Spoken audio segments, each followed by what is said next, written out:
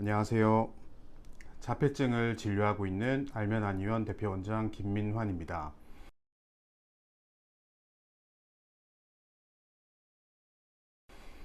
자폐증이란 질환에 대해서 얼마나 잘 알고 계신가요? 자폐증을 진료하면서 만나 뵙는 부모님들을 보면 자폐증에 대해서 저보다 더 잘 알 정도로 엄청나게 많이 알고 계시는 분들도 있는 반면에 자폐증이라는 질환이 도대체 어떤 질환인지 전혀 감을 잡지 못하는 분들도 많이 계십니다. 그 이유는 일단 자폐증이란 질환 자체가 그렇게 흔한 질환은 아니죠.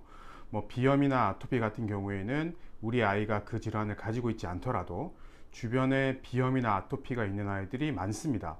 그렇기 때문에 흔하게 접할 수 있는 반면에 자폐증은 최근에 증가하고 있다곤 하지만 그래도 흔하게 접할 수 있는 질환은 아니죠. 그렇다 보니 우리 아이가 자폐증으로 진단을 받고 그 전에 자폐증이라고 의심을 하기 전까지는 자폐증이라는 질환에 대해서 관심도 없었을 뿐더러 제대로 된 지식도 접하지 못한 경우가 많을 겁니다.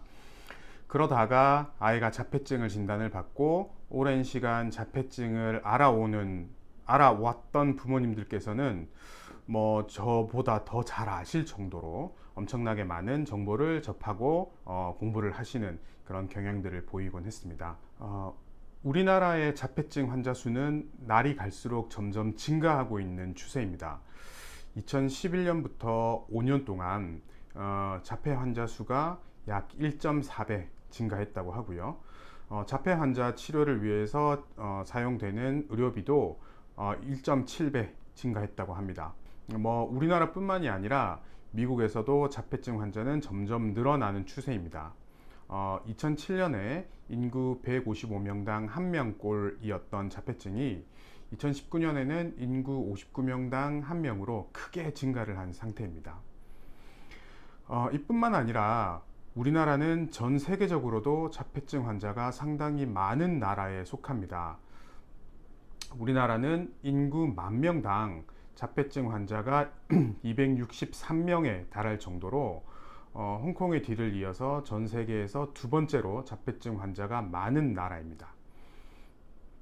그럼에도 불구하고 자폐증에 대한 여러 정보는 제대로 알려져 있지 않은 경우가 많습니다. 인터넷이나 유튜브를 찾아봐도 말하는 사람 그리고 치료기관, 재활센터마다 이야기가 다 다르기도 하고요. 카페를 검색해봐도 엄마들이 하는 말이 다 다르기도 하죠. 그러다 보니 자폐증에 대한 제대로 된 정보를 접하기가 상당히 힘든 상황입니다.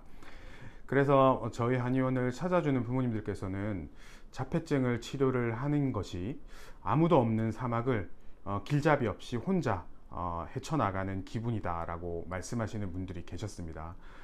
혼자 가도 힘든 길을 아픈 아이를 안고 건너가야 하는 거죠. 그 이야기가 상당히 많이 공감이 되었습니다.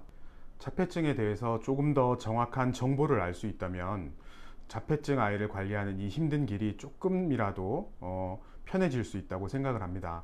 그래서 저희가 유튜브 채널을 통해서 자폐증에 대한 중요한 정보들, 기본적인 정보들을 전달하려고 합니다. 먼저 알면 알수록 희망이 보이는 자폐증이라는 주제로 자폐증을 이해하기 위한 가장 중요한 개념들에 대해서 설명을 드리려고 합니다.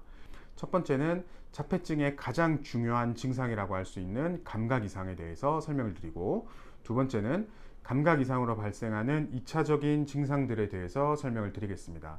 그리고 세 번째는 이런 감각 이상들이 발생하는 이유에 대해서 설명을 드릴 거고, 네 번째는 뇌신경의 손상이 발생하는 이유에 대해서 설명을 드리겠습니다.